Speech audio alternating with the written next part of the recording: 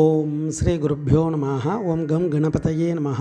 நம்ம ஸ்ரீநிகேதன் வலைதளம் வாயிலாக முருகப்பெருமானுடைய சஹஸ்ரநாமத்திலிருந்து தினம் ஒரு நாமாவளியை சிந்திச்சுருக்கோம். இன்றைய தினம் 263வது நாமாவளியாக ஓம் சித்திரகிருதே நமः.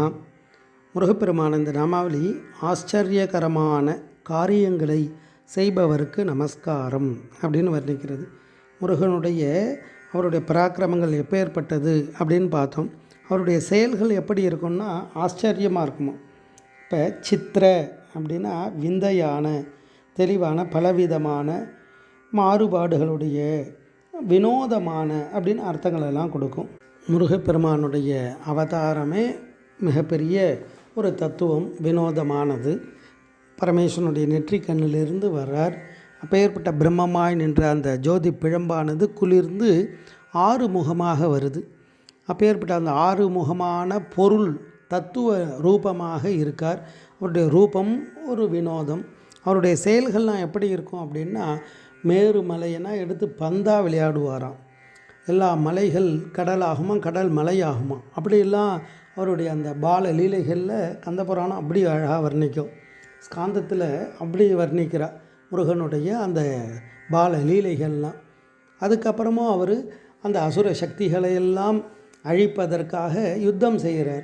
அப்போ யுத்தம் செய்யும்போது தேவர்கள்லாம் கேட்குறா, நீங்கள் நினைத்தா போகாதா, அவள் கூட யுத்தம் பண்ணணுமா அப்படின்னா, அவள் அந்த அசுர சக்திகளெல்லாம் சிவன்கிட்ட வாங்கின அந்த வரத்தை, அந்த வர பலத்தை நீங்கள் பார்க்கணும், நீங்கள் தெரிஞ்சுக்கணுன்றதுக்காக நான் யுத்தம் பண்ணுறேன் அப்படின்றார்.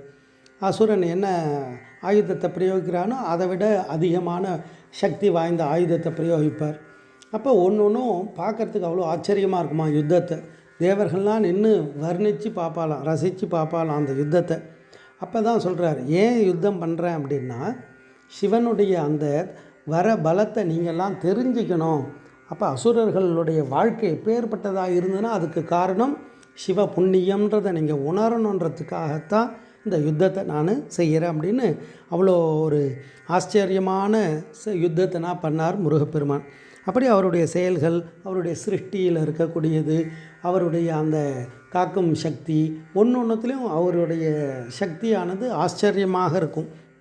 அவருடைய படைப்பினுடைய ரகசியத்திலேருந்து எல்லாம் அதை தான் இந்த நாமாவளி தத்துவார்த்தமாக ஆச்சரியகரமான காரியங்களை செய்பவருக்கு நமஸ்காரம்னு இந்த நாமாவளி அழகாக வர்ணிக்கிறது. ஓம் சித்திரகிருதே நமः. ஸ்ரீ குருப்பியோ நமः. ஓம் சும் சுப்பிரமணியாய நமः.